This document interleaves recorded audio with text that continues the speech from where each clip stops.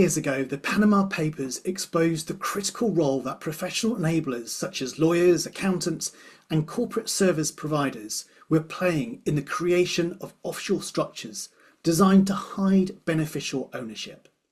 These structures allowed wealthy individuals, politicians, and companies to obscure assets, evade taxes, conceal corruption, and in some cases, even circumvent sanctions. The law firm involved, Mossack Fonseca, wasn't just a passive player. They were the architects. Today, we're going to be exploring the role that professional enablers play in financial crime.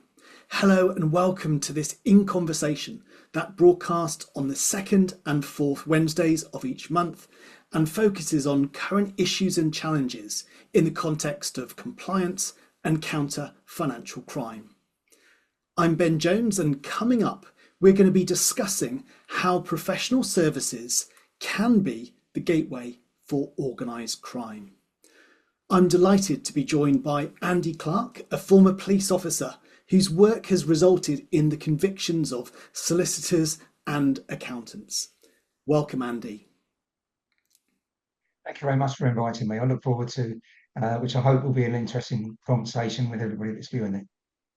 I'm sure it will. And as always, we've got some time for your questions, so please send them in. And I'll, if you put them in the comments on the LinkedIn page, I'll try and keep an eye on them. We try and leave about 10 minutes at the end of the session for questions, but if they're relevant, I might weave them into our conversation. So, Andy, to start with, the term professional enablers, can we specifically identify who we're referring to with this definition? I think that's a good place to start because we need to determine the terminology that's being used, because sometimes it is not helpful. Now, the last of these sessions involved Katie Benson, who did remark on it, and I will pick up on that and take it further, because professional enablers are those who assist the criminals. Now, you'll hear other terms, gatekeepers. I think gatekeepers is pretty neutral. I don't think there's anyone out there who's in a profession that wouldn't like being called a gatekeeper, whether that's lawyers, accountants, financial advisors, corporate service providers, those sort of professions, which will be targeted by criminals, particularly those in organised crime groups, because they provide a valuable service that can help money laundering. And those lawyers and accountants out there, I'm sure they wouldn't like the whole profession being called professional enablers, which sometimes you see in discussion and media. So I think the line needs to be drawn as to what we mean by that. And there is debate about it. And I know with my police background, I tend to be more one sort of area of that. It's like a sliding scale. I would say it's the people that are deliberately or recklessly using their professional services to assist criminals. There's also the argument about negligent, because technically, if someone, say, for example, didn't examine the source of wealth of a client, then they could well be supporting criminal activity. But it's on that sliding scale. Is it someone who is perhaps lazy and doesn't do it for any of their clients, when I think it would be quite difficult to call them a professional enabler? Or is it someone who, for one particular client, doesn't carry out the source of wealth because they know that they're a bit dodgy, and if I ask the questions, it's going to be difficult, and if I go too deep, they might move to another firm and lose the business. You know, when somebody in that frame of mind, I think, is the enabler when they go ahead, more of it. The ones that are negligent, certainly there's a conduct issue in their profession, and I think it's more appropriate to be dealt with that way. So I think with professional enablers, we've got to determine where they sit within it. And some examples that I could mention today of cases that I've been involved in, or my team's been in, they are nowhere near that line. They're nowhere near that line. They are the financial advisor who controls an accountant. I'll come back to that, I think, later when we talk about coercion. The financial advisor who controls an accountant and who will provide a completely fictitious set of accounts for a completely fictitious business to allow a criminal to buy a property and support their mortgage application. That's nowhere near that line. That's definitely a professional enabler, and they're proactively selling their services in effect. Yeah. Also, in banking, a relationship manager who had a business customer who was the criminal that we were investigating, and told them that we had served a court order on the bank asking for details of transactions. At the time, that was covert. So that person is that's definitely behaviour of a professional enabler, isn't it? It's somebody who's actively helping that person. So those the sort of cases I can talk about investigating more towards the quite clear that they're professional enablers, but there is debate about where that line ends. And I know there may be some people out there that don't agree with me and think it should be pushed further. And if somebody's negligent, then they're professional enablers. But that's where I stand in my position. I think it's really interesting to try and look at the scale of involvement for professional enablers, and we've talked about wittingly and unwitting involvement. From a practitioner's view, from an investigator's perspective, how can we distinguish between somebody that is a professional, maybe deliberately complicit, and one who's been deliberately misled, and one that's just simply not asking the right questions from a culpability perspective, maybe from a criminal law perspective? What kind of things would we be looking at to make that distinction? As I said, it's on a sliding scale. And picking up, I mentioned Katie Benson, her book, Lawyers and the Proceeds of Crime. If anyone's interested in researching this further, I'll definitely push that book because it's excellent. She talks about the degree of knowingness and where somebody sits on that scale. At one end of the scale, remember, we only discover a fraction of the money laundering that's taken place. Despite our best efforts, money laundering takes place. Despite a professional firm that has all the appropriate controls, policies, procedures, the staff are trained effectively. Despite that being in place, there can still be money laundering that takes place. And it's not a degree of negligence or anything like that. It's probably because the criminals involved will have chances are in organised crime will have a professional money launderer working for them. And they will have set up a scheme that's an effective scheme that gets around all of the controls. Now, I choose my language carefully because I wouldn't call it a good money laundering scheme because all money laundering schemes are criminal, they're bad, effective. So I think we need to recognise that it will take place despite our best efforts. And regulators around the world recognise this, and not all of them, a couple don't, but most of the regulators will say they don't expect a zero failure regime. Despite our best efforts, it will happen. So I don't think we can say that if it's happened, somebody's professional enabler. We've got to look, I think, at what their level is and what their level of involvement. Now, practically speaking, from a police investigator perspective, looking at how engaged individuals may be with the criminals beyond professional. One case, for example, a business banking manager, looking at the telephone records of the suspects, they were having conversations 1 o'clock in the morning on a Friday night with the RM, with the relationship manager. Now that suggests to me, okay, 6 o'clock on a Friday night may be working late or something, but 1 o'clock, that suggests maybe a social connection. And also in that particular case, one of the areas that maybe we'll come onto in the way that the professionals end up as enablers, they get drawn in often through hospitality. And in that particular case, the relationship manager was sat next to the main criminal of the organised crime group at an international rugby match. So who's hosting who and what's that? There's that connection which goes beyond. And that's the way that I've seen solicitors and accountants in particular drawn in through hospitality. That's the way they get the criminals capture them. I think that's a really interesting angle, because we've talked about this process, about how we can have professionals that can be representing clients in good faith, that have absolutely no intention of ever breaking any professional codes of conduct or transgressing any laws, but gradually they can become compromised by organized crime. What are the kind of steps that criminal gangs will take to try and take control or coerce these professionals? Well, they'll do it in a gradual way, and hospitality, gifts and hospitality is the classic way for them to go in, and they'll gradually do it on an ascending level until the person's in deep, in effect, or they'll ask them to do a minor transgression.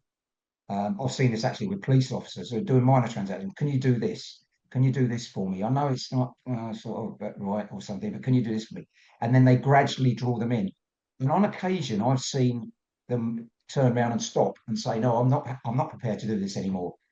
But sadly, sometimes that's too late because they're already drawn in.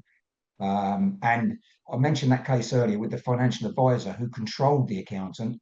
The history behind that was the accountant ended up in personal financial difficulty. I found that surprising because you think with an accountant, they'll manage their finances, but this person didn't, ended up in a mess. So the financial advisor was known to him through a friend and helped him out, and got him back into a stronger position.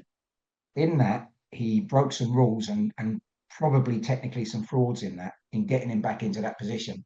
And then he started asking for favors to return the favor. And I saw messages and emails from the accountant saying, "I can't do this anymore. Please, I can't do it anymore. You know, it's really affecting me, and I'm getting upset." And the response was, "You're in. You will do it. You'll do what I say. They'll give me another set of accounts, and for a drug dealer who wanted to buy a house." And what the accountant would do in those cases would be to normally use the construction industry. So he would create a fictitious scaffolding firm, roofing firm, with this person as being the main beneficial owner of it, and create a set of books, and they would be used. They would be used to support a false loan application. So that's how the sort of coercion. But sometimes you also, in other cases, I've seen the professional enablers who have been brought in through that hospitality route and through greed, they've continued and basically I think they probably enjoyed it.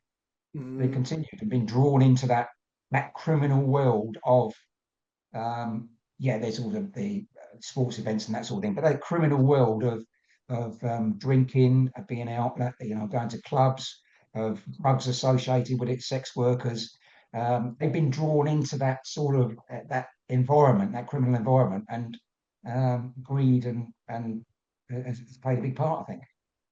yeah, yeah. So it's really a slippery slope. The minute that transgression occurs, it's only going to be exploited further by the criminals. How can professionals protect themselves from this kind of manipulation? What can they do? Sometimes they will have to provide services. I'm thinking about criminal defense lawyers, for example. They have to represent clients. So how do you maintain good boundaries? How can you stop yourself being drawn in and manipulated? I think certainly in the UK. Now I know this is going out. People will be viewing this all across the world. In the UK, 2010, we had the new bribery legislation. Now, if you're in France, Spain, and other countries, you will also have new bribery legislation. So that the recent legislation in many countries has put us into a stricter environment for gifts and hospitality, and it's useful for us, because there should be some limits in place. There should be some clear guidelines in place, and that will, in a way, help to control the excesses of what can happen with the hospitality. What you do then get is the failing to report and failing to disclose. The colleagues and managers can pick up on that, often, I think, and then that's another thing, changing the culture that to bad behaviour or concerning behaviour being addressed. That's down to the compliance culture within the firm. So I think we need to have controls in place effectively to manage the bribery risk, certainly. Also, all these sectors that I've mentioned, so legal, accountancy, real estate, corporate service providers, they're all regulated, whichever country you're in the world, thanks to global standards, they're all regulated for anti-money laundering purposes. So they must have controls in place.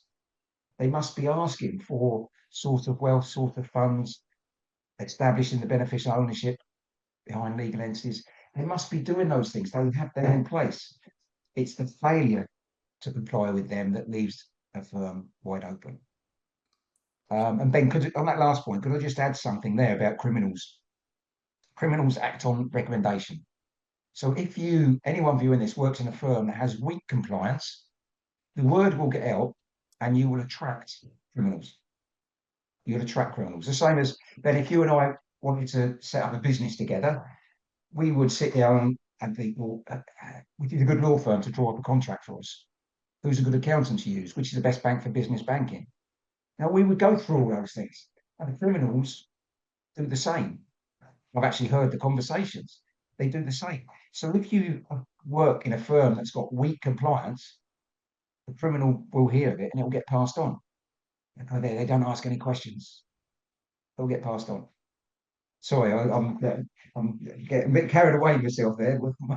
So I think no, I think it's a great point. It reminds me a long, long time ago. I once spoke to a criminal defense lawyer, and she said it was amazing the amount of referrals she gets from members of the same family. She'd have represented the grandfather, the son, the grandchildren, and when that loyalty is built up, then again criminals will go back to what they know and who they can trust.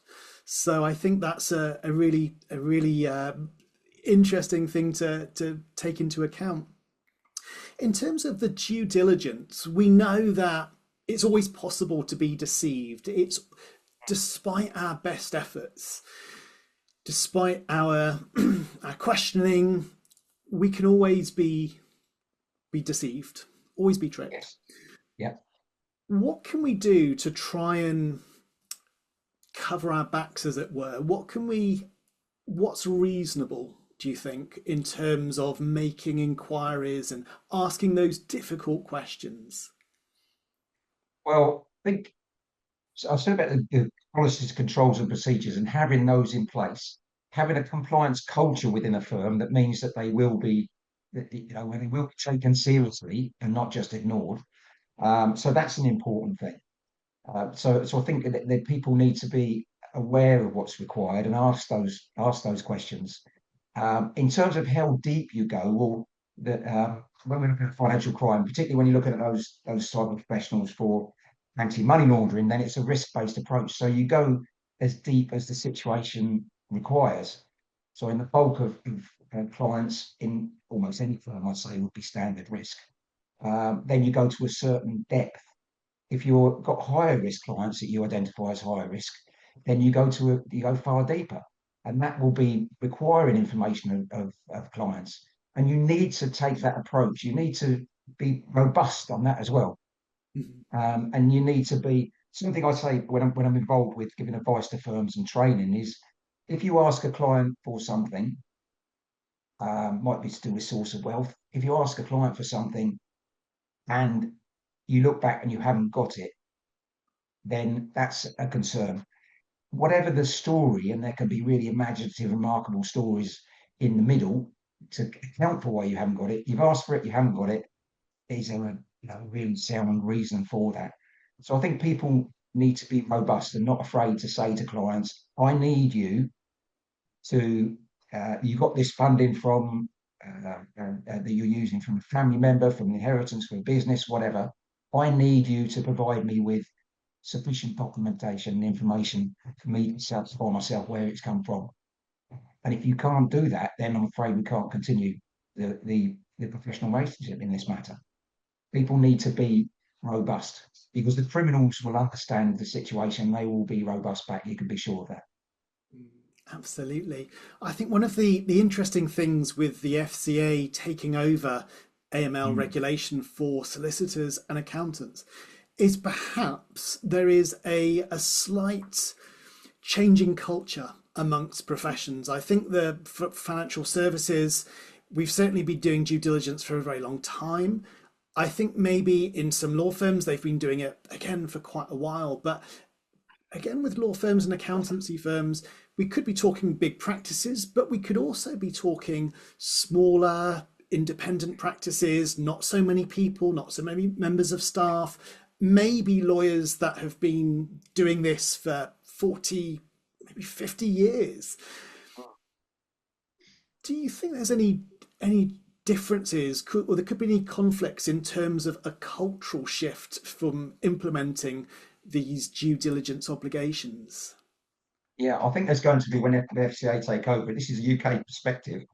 I think there's going to be some real challenges because I believe that the supervision of banks in particular, and wider financial services, banks in particular, and supervision compared to law firms and accountants is fundamentally different because they have a different relationship with their customers, clients, whatever you want to call them. They have a different relationship. In a majority of cases, they know a lot more about the individual or the business that they're dealing with, a lot more. They can understand, they can get all the details a lot more. So I think it's got to be recognised that you can't apply the same rules and approach to both. And something that's quite contentious and something that in a way frustrates me is the use of suspicious activity report statistics. Now, I don't believe that you can use SARS or STRs, if that's in your jurisdiction. I don't believe you can use SARS to measure the level of money laundering. And yet, time and again, I see reports, even government risk assessments, as that the number of SARS in this sector has gone up, therefore the money laundering has gone up. No, it hasn't. Chances are the awareness has gone up, so people are becoming more aware and submitting more reports.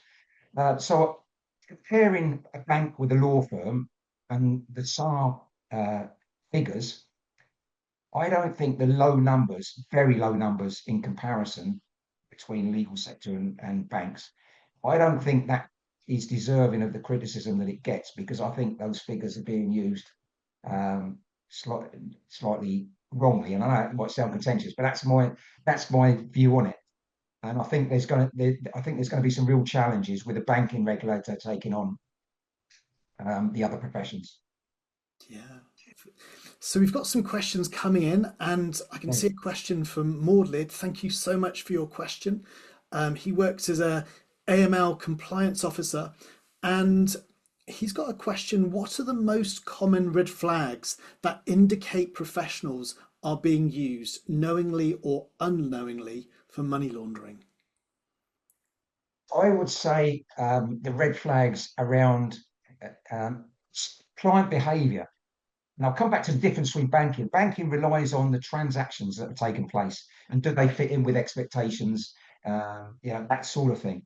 I think with legal or accountancy and the others, I think it's more to do with the client behaviour. Transactions comes into that, depending on what the nature of the matter is. But I think it's client behaviour. If you have a client who is reluctant to provide information, there's context on that, because if it's an elderly person who has valued their privacy for the last 90 years, then that's one context. If it's someone who started up a business and is a beneficial owner of a business, what's the reluctance to provide information there? So I think answering the question, I'd say the red flags are about the client behaviour. You ask them for something, wonderful story, but you don't end up getting it. Those are the sort of red flags that I think are the ones that show up. Brilliant. Yes. And I've got another question. How can firms strengthen their internal controls to prevent exploitation by organised crime gangs? Internal controls, I think a lot of that is will rely on culture. And I've mentioned culture a couple of times, so the compliance culture in a firm.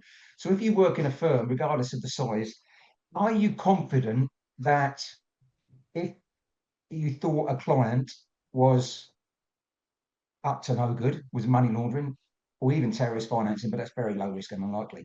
But if you suspected that money laundering taking place, are you confident to bring that up with the probably a senior management figure who's going to be the money laundering reporting officer?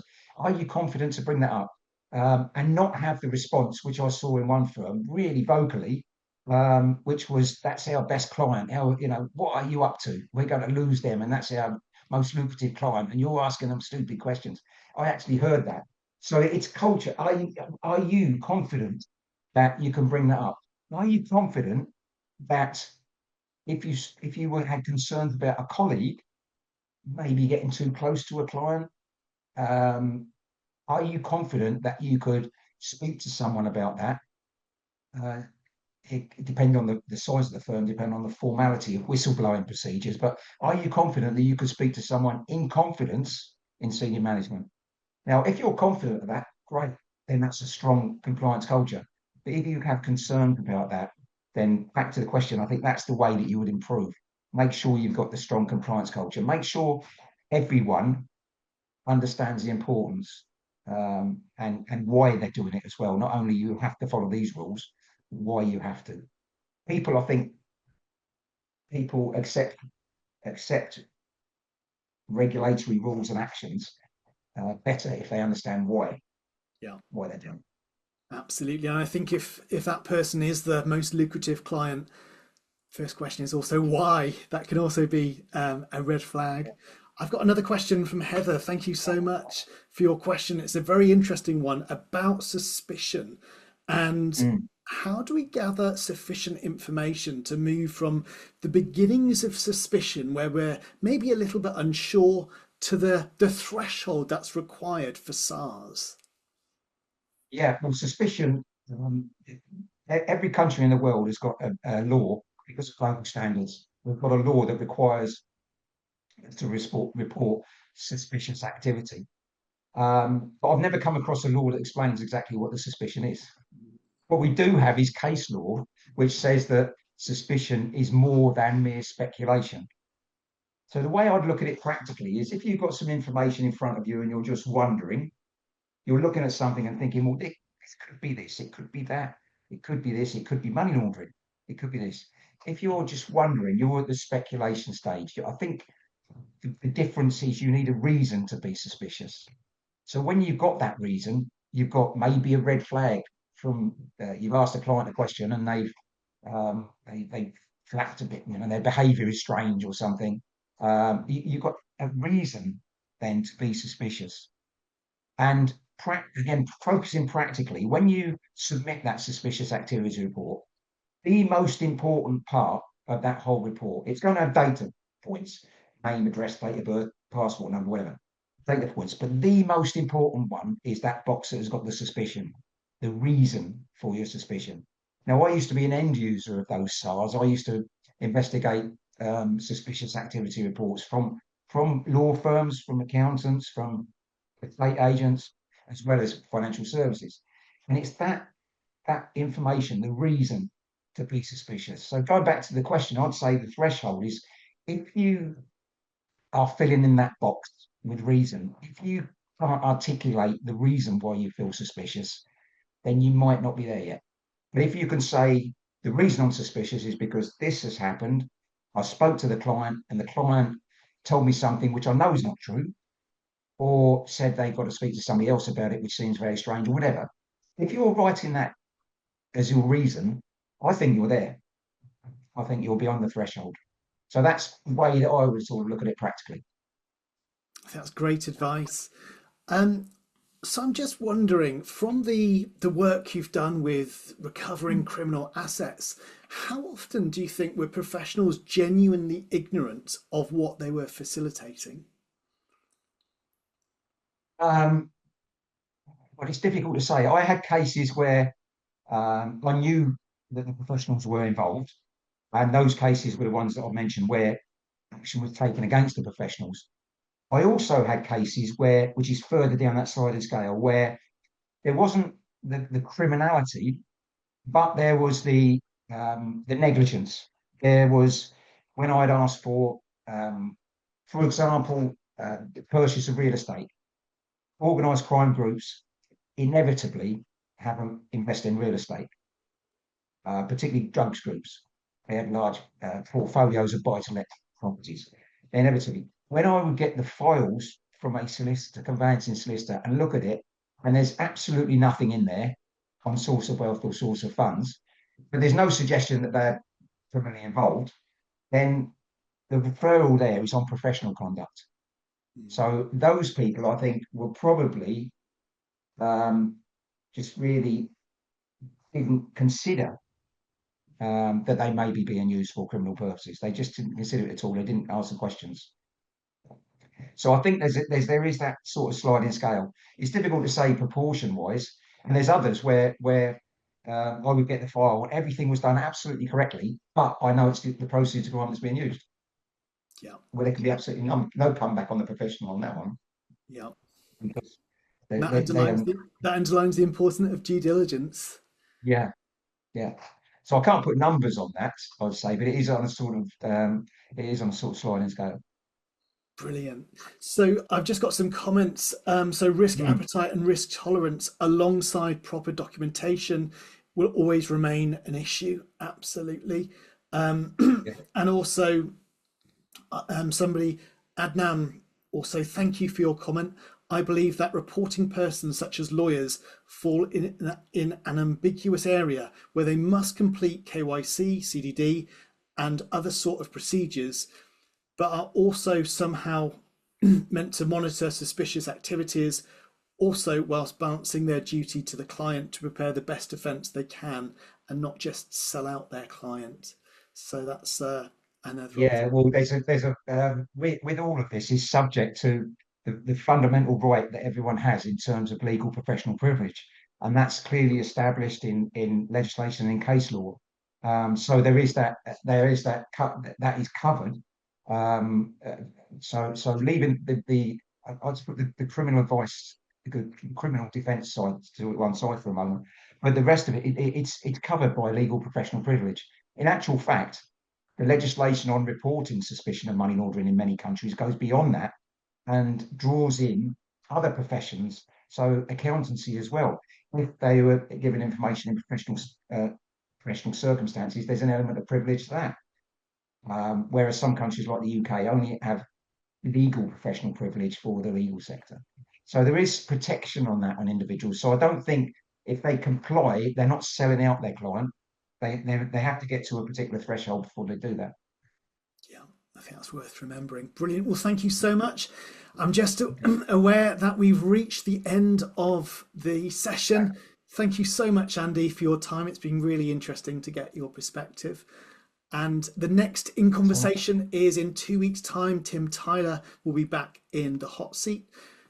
Thank you so much for joining wherever you've joined from in the world. Have a great rest of day. See you next time. Goodbye for now. Thank you. Thank you very much, Ben. Thanks, everyone.